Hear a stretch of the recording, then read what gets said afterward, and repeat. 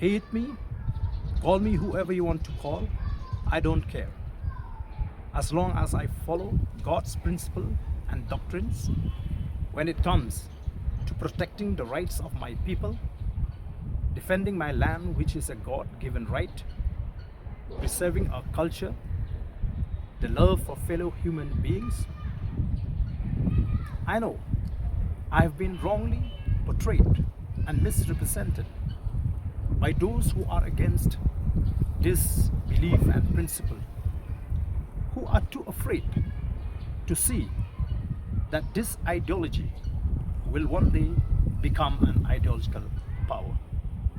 When I try to correct the wrong, when I try to teach the people about their rights, when I try to uncover the hidden agendas of those vested interest people who have been exploiting and manipulating the minds of the innocent all the while, I was instead branded as a holier than thou person, which I am not. Let me tell you in a very categorical term that nothing can stop me.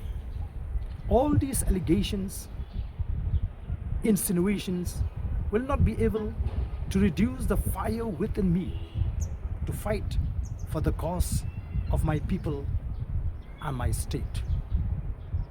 As citizens, we need to be enlightened that this is not the first time in the history of mankind where there are people or groups of people who distort facts, manufacture false narrative to mislead the people in order to protect their interest. I would therefore call upon all the right-thinking people to join us in our fight against these evil forces. Because what we are fighting today is between good versus evil.